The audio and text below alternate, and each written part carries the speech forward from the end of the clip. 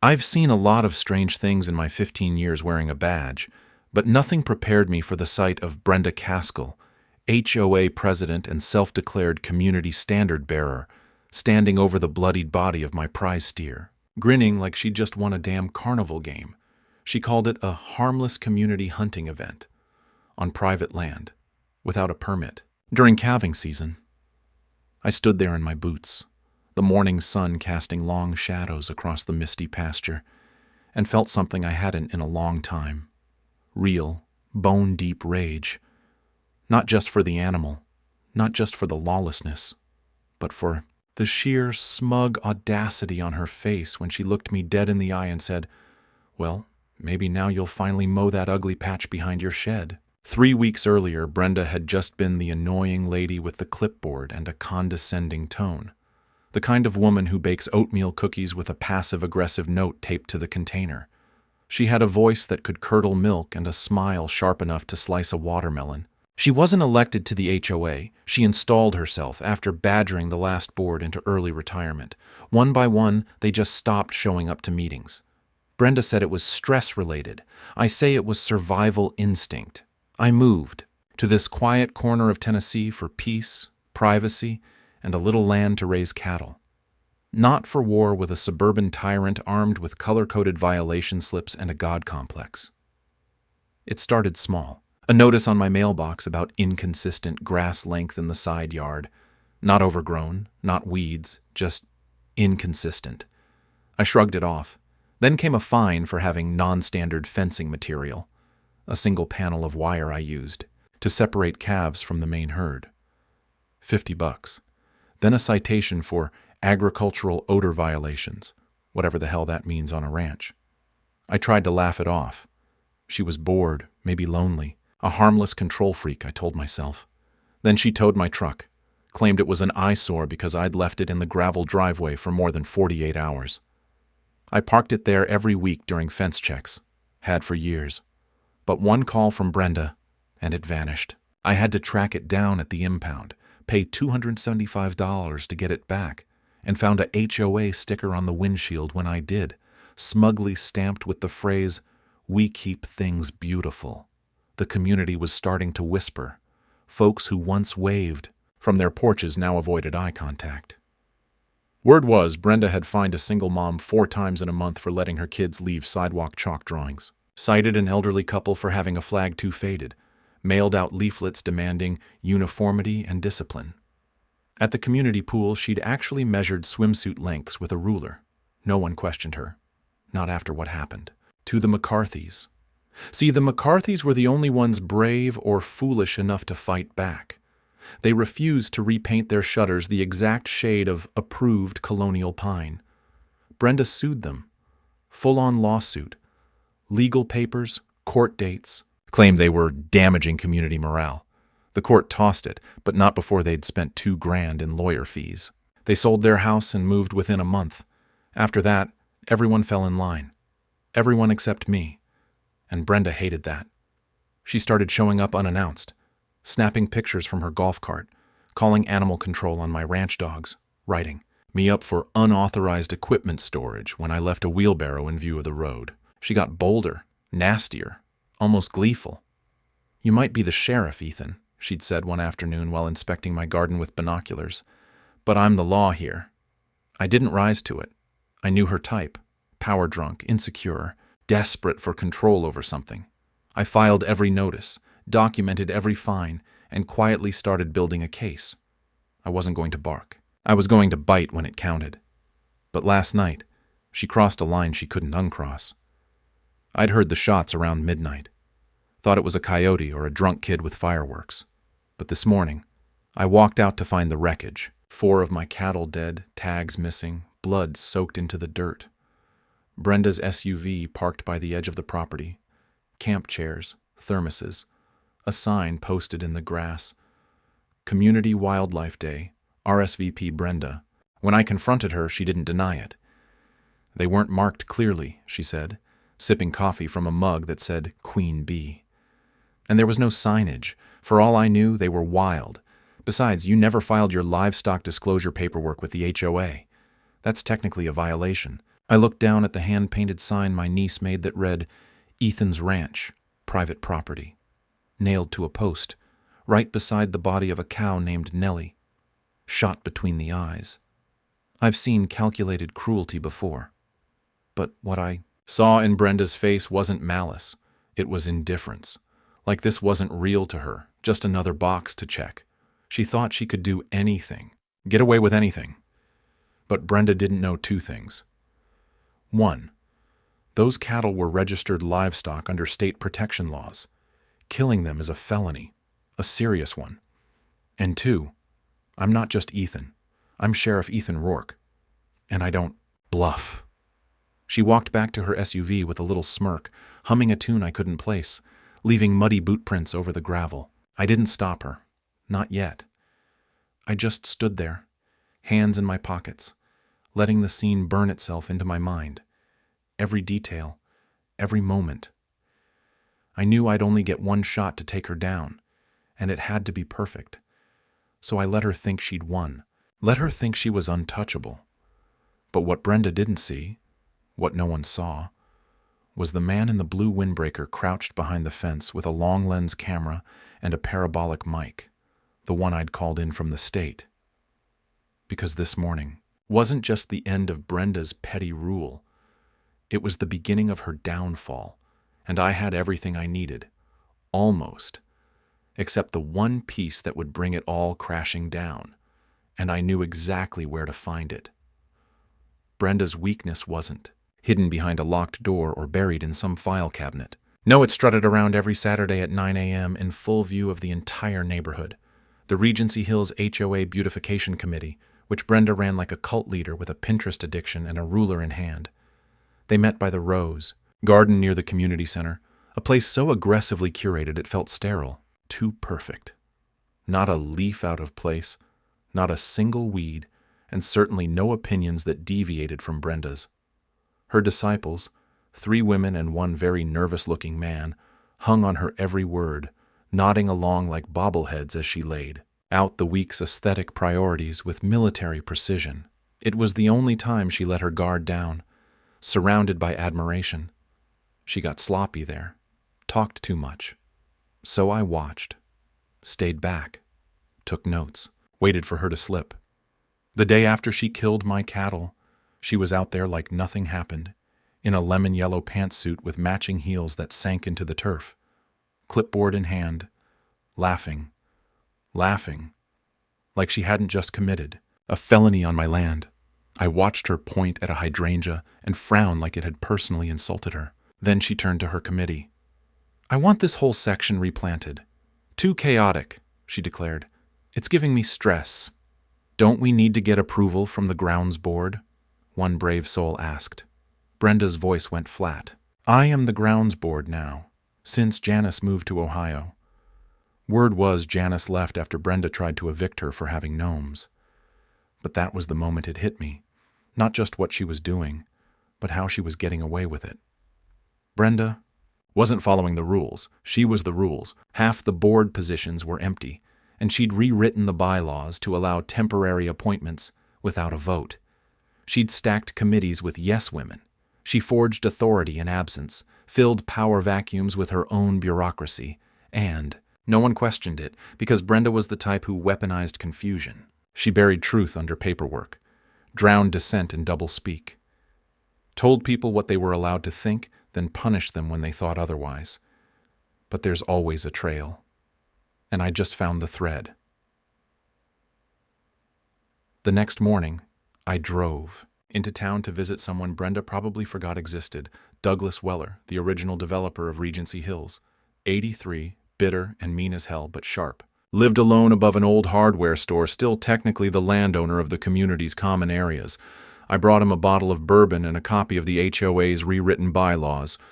Ah, this bitch again, Doug muttered without looking up. She's still running that garden cult? You could say that, I said. Ever hear of a community wildlife day? He spat into a mug. I built that place for peace and quiet. She turned it into a goddamn prison camp. I pointed to the section Brenda had altered. Article 4, subsection C. The clause that gave her emergency appointment powers if board positions were vacated for more than 60 days. This wasn't in your original charter. Doug squinted, then laughed. Hell no, that's all her. I got the original bylaws somewhere in my filing cabinet. Or maybe it's under the sink, I don't know. You want 'em? I left with a folder that smelled like mothballs and victory.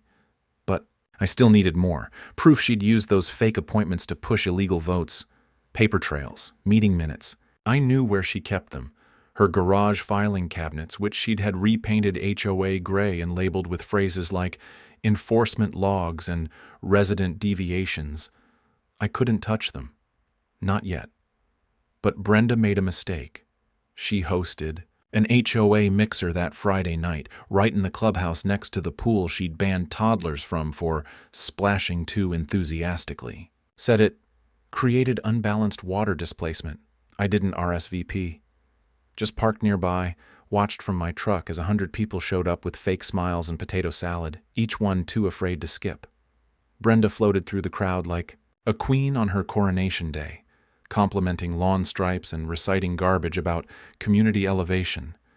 But halfway through the night, she took a call. I watched her walk briskly into the clubhouse office, the only locked room in the building. I saw her glance over her shoulder, then shut the door. What happened next was even better than I'd hoped. 15 minutes later, she stormed out, pale and trembling, clutching a manila envelope like it was a bomb. She barked something at a committee member, then got in her SUV and peeled out so fast she knocked over a folding table. I waited 10 minutes, then strolled into the clubhouse. Found the woman she snapped at. Carol, I think. Older, frazzled, the kind of person who aged 10 years every time Brenda looked at her. What happened? I asked casually. She looked around like someone might be listening. She got a letter. From who? I don't know, but she said if it leaks, she's finished. I felt my pulse pick up. Did you see what was in it? She nodded, then hesitated. And then she said it. The sentence that changed everything. It was a photo of her. In someone's house, holding a box of checks. What kind of checks? Carol leaned in. HOA dues. Cashiers. From last year. My mind was racing. Misappropriation, possible embezzlement, fraud. It wasn't just her war against lawns and fences anymore. Brenda had been stealing. But from who and who knew? That's when I got the call. Unknown number. Blocked ID. I answered. Silence. Then a voice I didn't recognize said, "If you want to bring her down, check the shed behind lot 49. Click. I stared at my phone, heart pounding. Lot 49 had been vacant for months, overgrown. Brenda had fined it 3 times, publicly shamed the owner at a meeting. But I'd just spoken to the bank last week. It had never been sold. It was still in foreclosure limbo, and now someone was hiding something there. That night, I went alone, drove without headlights, parked 2 blocks away and hiked in under cover of darkness. The lot was quiet, the shed a rusting eyesore barely, taller than a man. I jimmied the lock, stepped inside, and froze, because sitting in the center of that shed, lit by the beam of my flashlight, was a stack of boxes labeled HOA ballots, 2023. Every single. One unopened. My phone buzzed. Another message from the unknown number. Next step, her puppet board. I looked down at the ballots again, felt the pieces sliding into place. Brenda hadn't just rewritten the rules, she rigged the vote. And now, someone else knew it too. But who? And why were they helping me? That question crawled under my skin as I drove home with the boxes in my truck bed, covered with a tarp and strapped down tight. I checked my mirrors every few seconds like I was hauling explosives. Technically, I might as well have been. Unopened ballots meant the 2023 HOA election never actually happened, which meant Brenda Caskill didn't have a shred of legitimate authority. Every fine, every restriction, every threat, built on nothing. It was the kind of discovery that could collapse her whole house of cards, and someone else wanted me to have it. But who? And more importantly, why now? At sunrise, I pulled into the sheriff's office through the back entrance. No lights, no uniform. I didn't log anything into evidence. Not yet. I stashed the ballots in the old evidence cage in the basement, Padlocked, off camera, just until I could verify the chain of custody. I didn't want Brenda getting wind of it. Not before I was ready to swing, and I wasn't. Not yet, because Brenda was already on the warpath. I got home to find a violation ultimatum stapled to my front gate, bolded in red ink. Final notice. You have failed to comply with HOA resolution 34B regarding livestock maintenance, odor mitigation, fence aesthetics, and unregistered signage. See Ethan's Ranch, private property. You are hereby summoned to appear at a mandatory compliance hearing 6 p.m. Friday Community Hall. Non-compliance will result in escalating legal action and property lien initiation. She was coming for my land now. That was her endgame. Brenda wanted the last ranch in Regency Hills shut down, bulldozed, sterilized, so she could remake the neighborhood in her image, neatly trimmed, tightly regulated, and absolutely, miserably lifeless. And she thought she could break me before I broke her. But here's the thing Brenda never understood. I don't get rattled. I get quiet. And when I get quiet, it's because I'm lining up my shot. By noon, I had a plan. It was surgical. I'd leak the ballots, confront her during the hearing, reveal her fraud publicly, with press in the room, use Doug Weller's original bylaws to invalidate her leadership, then slap her with criminal charges for felony cattle theft and embezzlement. But I still didn't know who sent the warning until I got a visitor, a knock at my office door. "Sheriff Rourke?" A voice barely above a whisper. I opened the door and blinked in surprise. It was Carol, the same timid committee member Brenda barked at during the mixer. But she wasn't timid now. "I can't do it anymore," she said, glancing behind her. "I want out." I closed the door. Out of what? Her web. Her hands were shaking. "I was on the election oversight board, the real one. She told us to stay quiet, that the ballots had been compromised, and we'd do a re-vote. But there never was one. We thought it was just postponed. Then she started issuing orders like she'd won." I sat down slowly. "Why come forward now?" Carol hesitated, then handed me a phone. On screen, a video, blurry, low resolution, taken through a window, but the audio was clear. Brenda, standing in someone's living room, holding a large plastic bin of HOA documents. "And if they think they can oust me with some technicality," Brenda snapped, "I'll burn the whole thing down. I have access to every violation on record, every delinquent payment. You think these people want any of that made public?" She rifled through the bin, pulling out folders. "And these? These are all duplicates. If they subpoena me, I'll say I lost the originals. They can't prove a thing." Then her voice dropped, ice cold. "And if Ethan thinks being sheriff makes him safe, he's got another thing coming.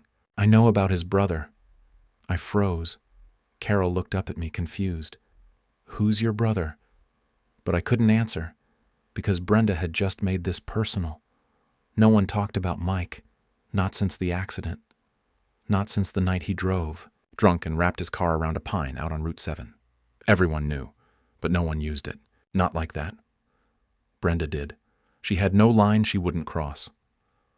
I leaned back, the air going tight in my lungs. Where was this taken? Her friend's place. Gloria. She didn't know the camera was running. Gloria's daughter sent it to me. So that was it. A quiet rebellion.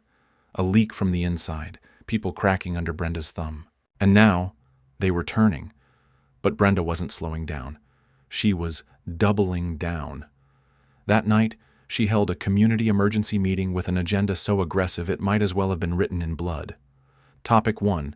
Petition to revoke Ethan. Rourke's residency due to persistent non-compliance. Topic 2. Legal authority to seize property pending violations.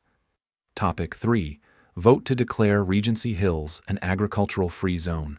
No quorum, no votes, just declarations. All staged, all theater. But it didn't matter. She was using fear, driving the wedge deeper. The next morning I found another note. This one in my mailbox. No signature, just a grainy photo of me walking into Doug Weller's place. On the back, "You're not the only one watching," Brenda had eyes on me too, so I tightened the plan. I met with a reporter from the Tennessee Courier under the guise of an anonymous tip. Gave her just enough. The ballots, the recording, a copy of the fake bylaw edits. I told her to be at the Friday hearing. Front row, camera ready. No leaks. No early headlines. I wanted Brenda to walk into the trap thinking she'd won, and she did. Friday came fast. I showed up in uniform, not because I had to, but because I wanted to remind every single person in that hall who I was. The room was packed. Neighbors, reporters, even Doug Weller sitting in the back with a grin like a man about to watch a lioness get caged. Brenda stood at the podium in a red power suit that practically screamed midlife crisis. She banged her gavel. Let the compliance hearing come to order. Then she turned to me. Sheriff Rourke, you stand accused of the following violations. But I raised a hand. Actually, Brenda, before we start, I brought a few items for the record. I laid the folder on the table. She didn't flinch. Not yet. She would, because inside were the original bylaws, the unopened ballots, the audio file, and a signed affidavit from Carol. I locked eyes with her and said, "Before this hearing continues, I need to read something into the record." Her lips twitched. "You're out of order." "No, Brenda, you are." And then I hit play on the audio. Brenda's voice filled the room.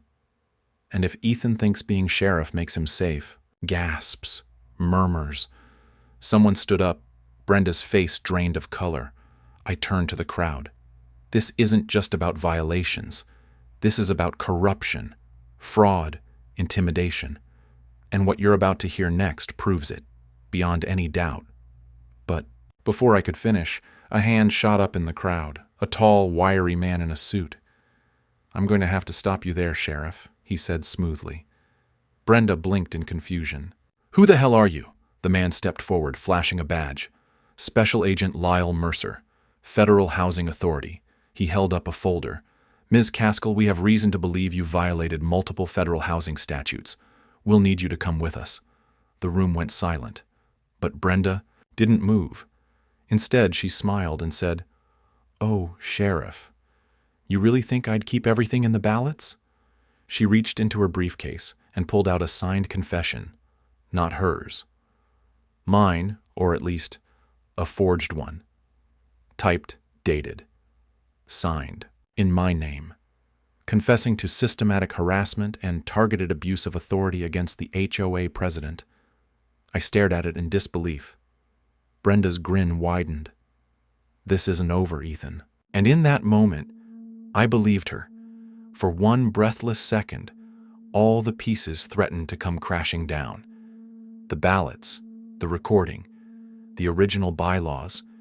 They were dynamite, sure, but a forged confession? From me? Signed and dated? If she planted that early enough, leaked it cleverly enough, it wouldn't just throw doubt on the case. It could bury it. Agent Mercer frowned, taking the document from her. "We'll need to verify this." Brenda folded her arms like she'd just played her ace. "Oh, I think you'll find it very convincing." My voice came slow, measured. "That's not my signature." "Well, you would say that, wouldn't you?" she said sweetly. "After all, you've had it out for me since the day I enforced the standardized mulch ordinance." The crowd shifted, murmuring again. The energy in the room was skittish now, teetering. I saw people looking between us like it was a tennis match at match point. I had seconds before she rewrote the narrative in real time. So I leaned in. "Let's talk about signatures, Brenda."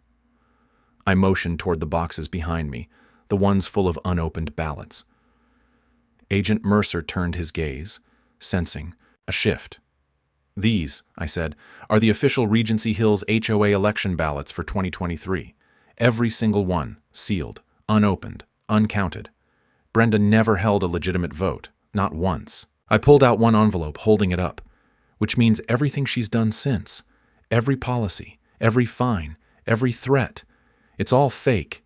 She built her little empire on nothing. Brenda laughed. Too loud, too brittle.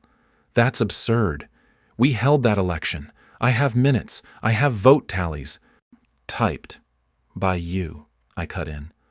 But we also have witness statements, audio of you bragging about rigging the system, Carol's affidavit, the developer's original bylaws. I turned back to Mercer.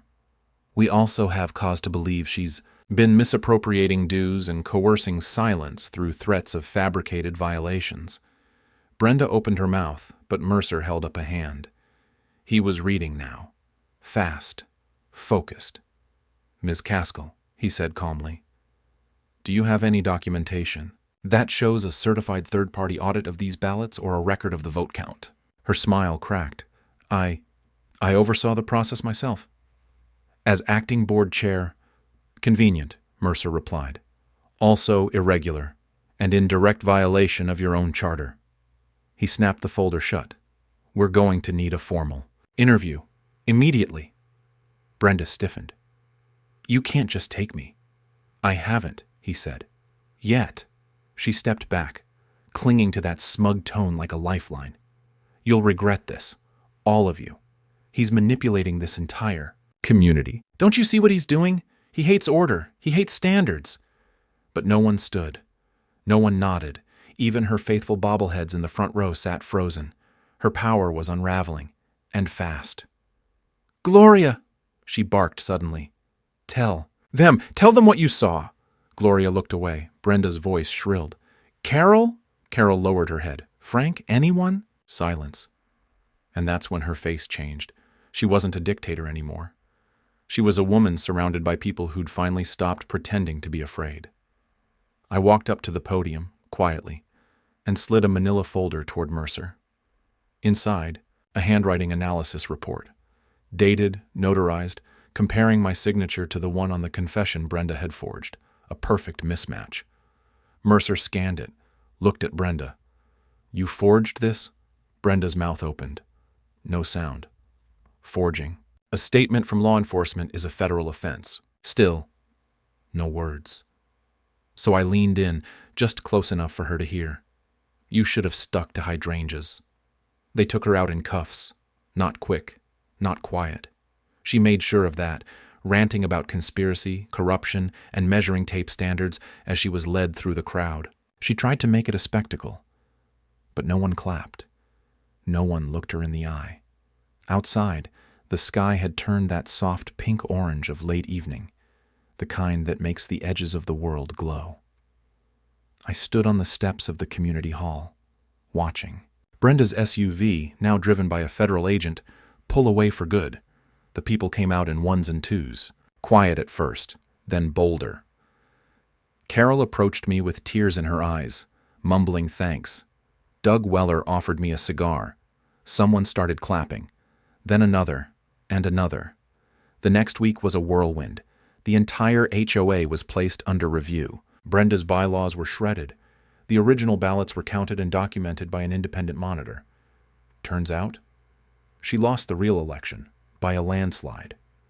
Carol was installed as interim chair. One of her first acts?